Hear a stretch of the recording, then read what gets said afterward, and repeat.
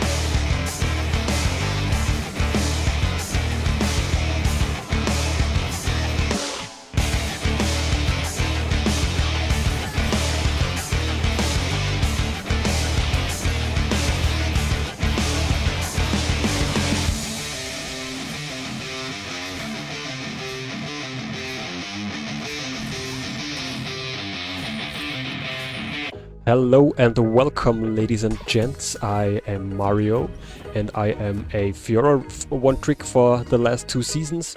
I roughly played about 550 games in just this season, so I think I have some knowledge I can give to you guys.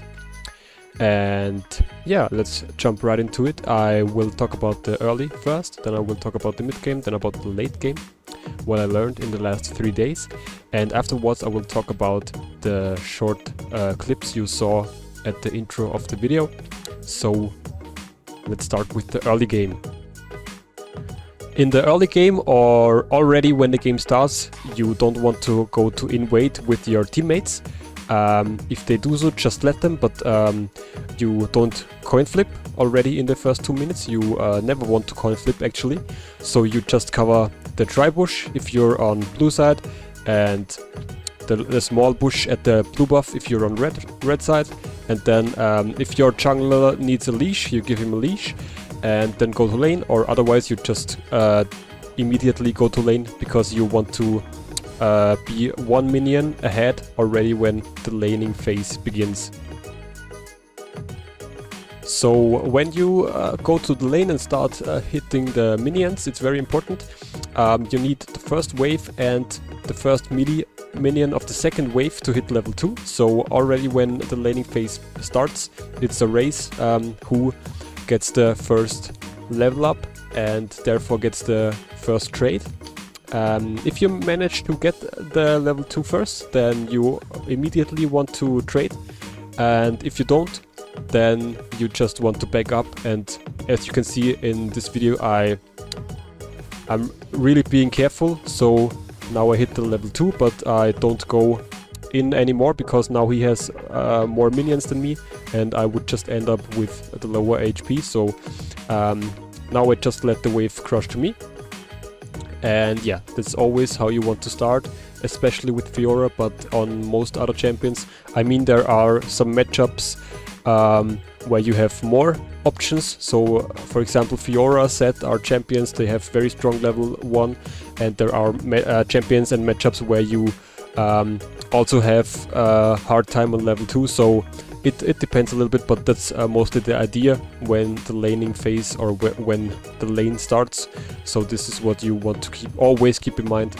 And then the second thing you want to always look for in the early is that if your jungler started bot side, he will path towards top side. So if he started bot side, you want to prepare the wave for him so he can gank. So if you can place the wave a little bit in front of the tower so the tower doesn't hit the minions, so you freeze the wave, this is perfect because then he can easily gank, and this is what you're looking for. Otherwise, if your jungler is pathing from top to bottom, it's a little bit different.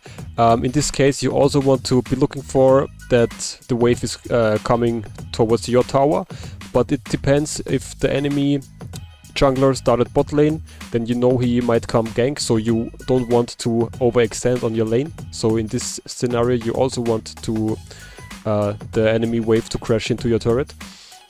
But let's say, for example, your jungler and the enemy jungler started bot lane, and somehow you get the faster level 2, and the enemy top laner just stays safe and he doesn't push, so your wave automatically pushes towards him.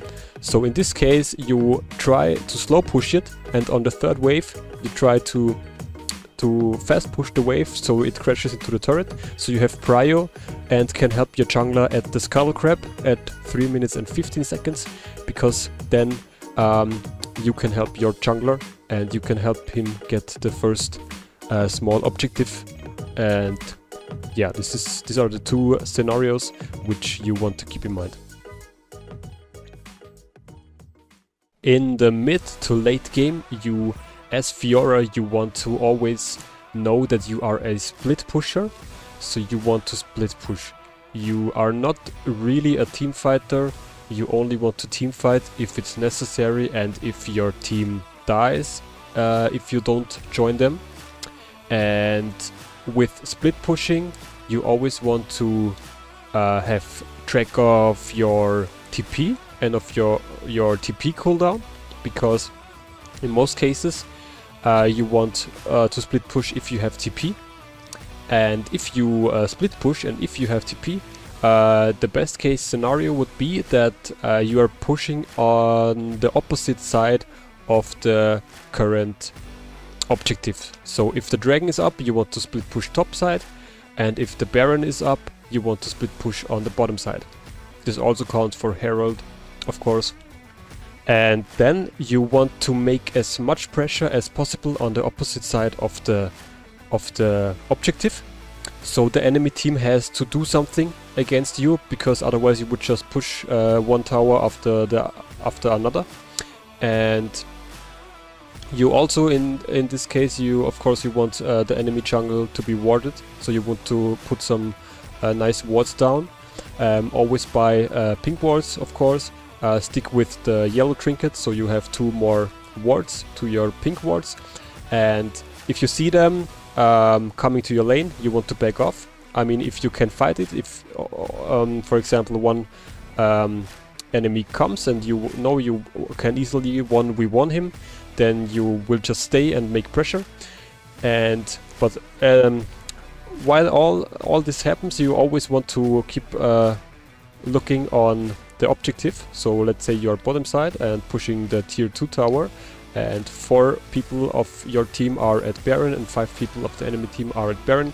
You always want to look what happens, so you can just TP in and not waste any time if they start fighting. So you have double pressure, you have pressure on the bot side in this case, and pressure on the objective, and this is what you want to be doing as a split pusher and as Fiora. Also note that in some cases you can't really split push. Sometimes you won't have the TP, and sometimes your team just needs your help in order to not die in the team fights. and especially in solo queue you don't always can't communicate very well with your allies, so always try to get a feeling for when your team needs your help. There is also a case that the enemy team is just so huge they would also 5v5 you, so you can't team fight anyways. In this case you again want to be putting as much pressure as possible on the other side of the team fight, or where the fight happens at the moment. In the team fights as Fiora you want to focus the ADC or the APC, so the AD carry or the AP carry, because they will do the most damage, and you always want to flank them. So you want to come from behind or from a side, so you just go in and one-shot them, and they can't do much about it. This is not always possible, and if it's not always if it's not possible, you just want to focus the enemy which you can kill the fastest. So if there is someone with like 100 HP, so, and even if it's not the ADC, you just go on him and kill him, and then you target the next enemy which you will kill the second fastest. So you just want to clear the enemies as fast as possible, because that's your job as a Fiora. Because you, if 3 people collapse on you, you can't do much. You have one parry, maybe you parry a stun and stun one enemy, but they will still just kill you. You have a lot of healing, but you can't heal this fast. I mean, if you're 20-0, you maybe can, but in most cases and in ranked, you most likely are not able to do so. So you really want to flank them or to sort them out and have as much damage input as possible in teamfights. So that was it for the main content of this video, and those were the most important things I learned, especially in the last 3 days, because I'm already a Fiora one trick, but I didn't play her that much in the last time, and the last 3 days I just spammed her a lot and I learned a lot. Very important things. So I think you might get something out of this video. You can apply to your playstyle and to your, especially if you're top laner or if you're a Fiora main, of course. So yeah, good luck trying it out. And now I will go into the clips into some of the clips you saw at the beginning of the video, and I want to explain what exactly happens, or what exactly my thoughts are, and what the mechanics of Fiora are. So let's go. In this short clip you see that the Jax is actually using his E, and it's a little bit difficult at first to hit it correctly, because he can use it early or he can let it run out, and then it will stun automatically. You will have to get a feeling for it, but you can say about 0.5 or 0.7 seconds you will wait, and then you can, even if he's not in your range, jump in with your Q and W to just hit the stun. So this is a counterplay you can do against every enemy with stun, like Morgana, Lux, Jax, etc. Because you can, if they throw the stun on you, for example Morgana, you can just Q W into them and stun them. You can also Q W into the stun and then into another enemy. This is very difficult. This is very hard to execute, but you can stun a different person with the stun from Morgana, for example. So this is one very nice mechanic of Fiora, and this is why I love this champion so much, because you have so much outplay potential, and this is something you want to use if you play Fiora. This clip actually is very interesting, because I didn't know that the Jarvan was there, and I just R'd the Aurelia and just wanted to all-in her. And I actually didn't hit the parry, because I could hit the parry right there when she stunned me, when the Aurelia used her stun. But I pressed it, but I was a little bit too late, so I still had it afterwards. And with hitting the vitals and with the healing from my ultimate, I was able to survive.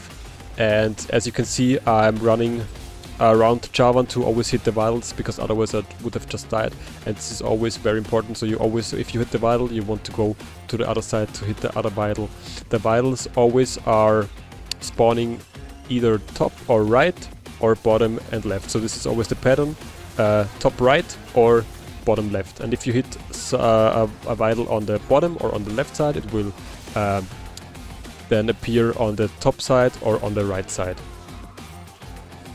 So this is the last example for today, and in this clip also you can see I'm using the vital healing and movement speed to escape from this situation and actually get a kill on Zed, because as you can see I'm using the vital from Mordekaiser just for the healing, then to hit afterwards the Zed and kill the Zed. You also can do this in team fights, or if you're 1v2 or 2v3 for example, you want to hit multiple vitals of different champions. So this will also make the enemies confused, because they don't know which one you are focusing right now, but you will all mainly do it for the healing and for the movement speed buff. And this way you get so much more healing than if you just focus one enemy and run around him hitting the vitals, because it will take some time to respawn the vital. So you can just, if they are placed correctly, you can just hit one after another and you have a lot of healing in combination with the ultimate. This is very, very huge. So use this. Also use it for the heal, so not only for damage. And you will have a lot of fun with this, because I think that's one of the most funny things to do with Fiora, to just confuse the enemies with hitting the vitals and getting tons of healing. And yeah, so this were the main things I wanted to share with you here. And yeah.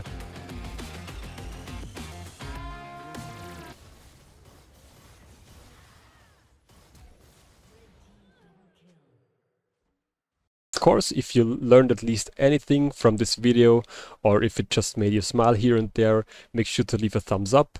Also comment down below, let me know with what you are struggling right now in League of Legends, because then I will make a video on that. And also please, if you haven't already, remember to subscribe to my channel and also hit the notification bell, because then you won't miss any upcoming videos. I'm posting videos every Tuesday, Thursday and Saturday, until I finally make it up to Challenger, because this is my road to Challenger here on Climb with Mario, and while I am climbing I want to help you climb as well. So yeah, thanks for watching, and I see you guys in the next video. Bye.